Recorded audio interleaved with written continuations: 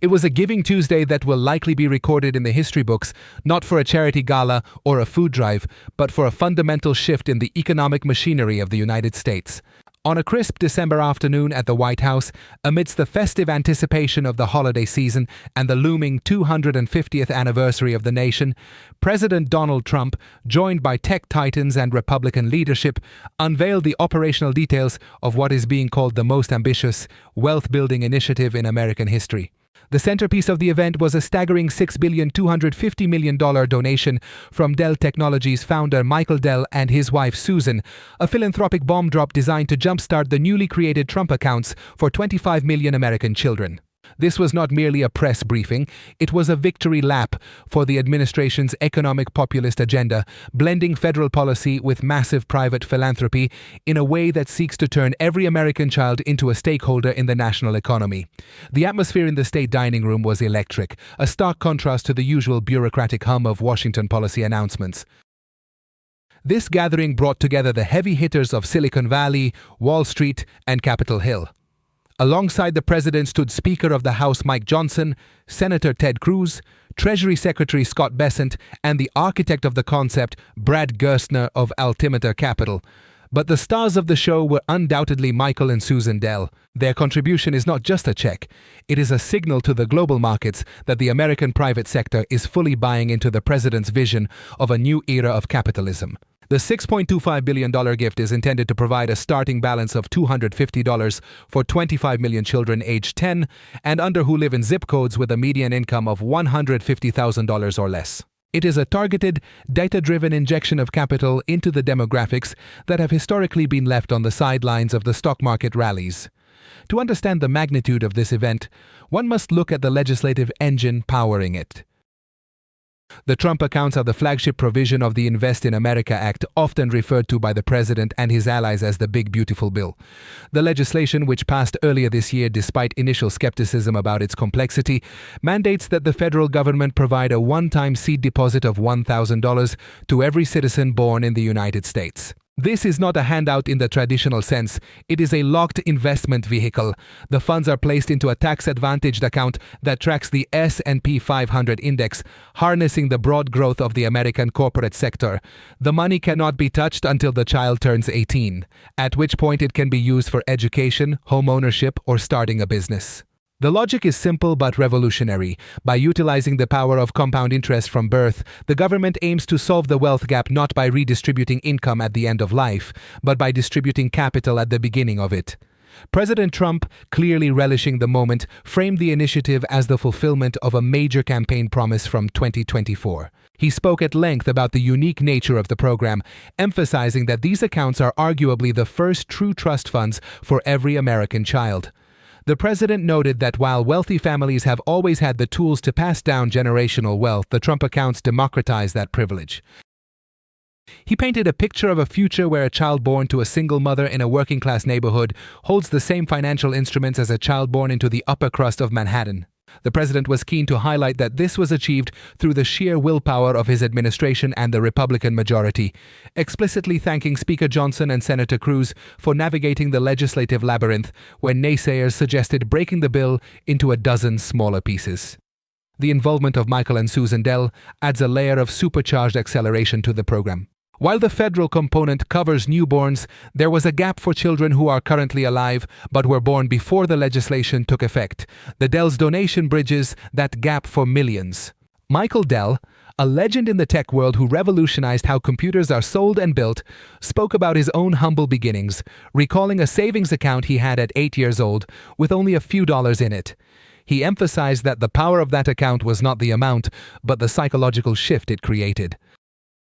It taught him the magic of compound interest and the discipline of saving.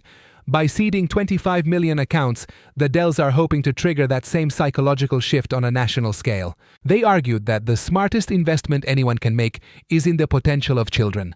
And by giving them a literal stake in the country's prosperity, they are fostering a sense of hope and belonging that no government program alone could achieve.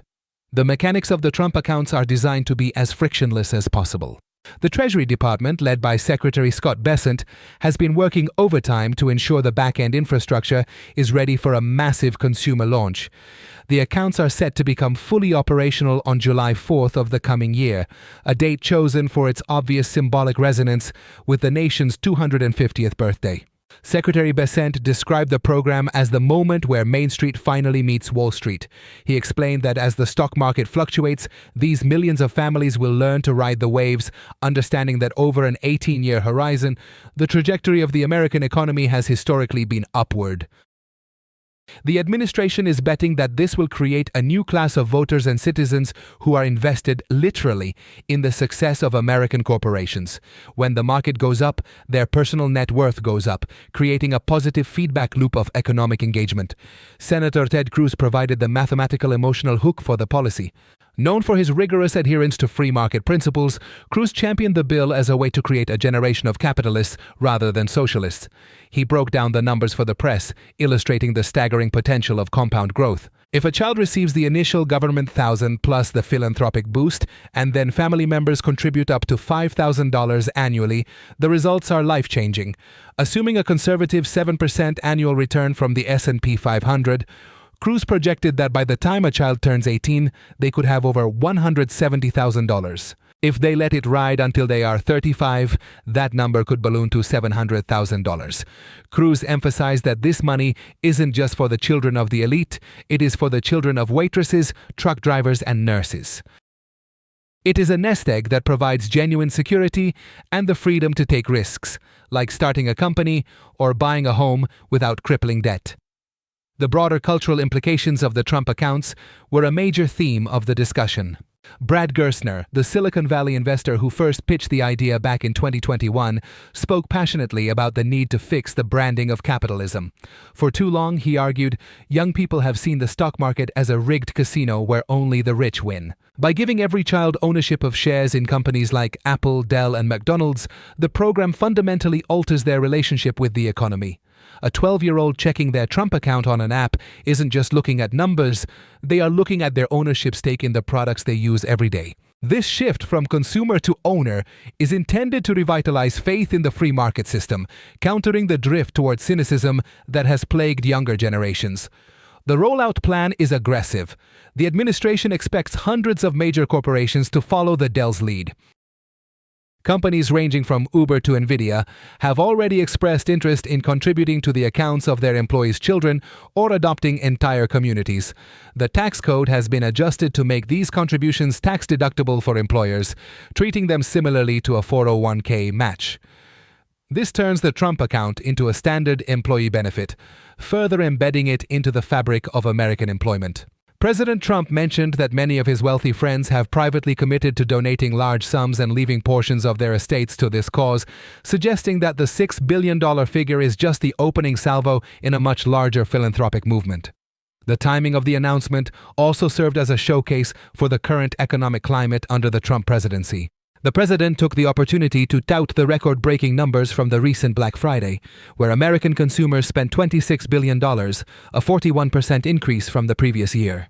He cited low gas prices, now under $3 in 20 states, and massive foreign investment flowing into the country, nearly $20 trillion by his count, as proof that his policies have turned the economy from dead to the hottest in the world.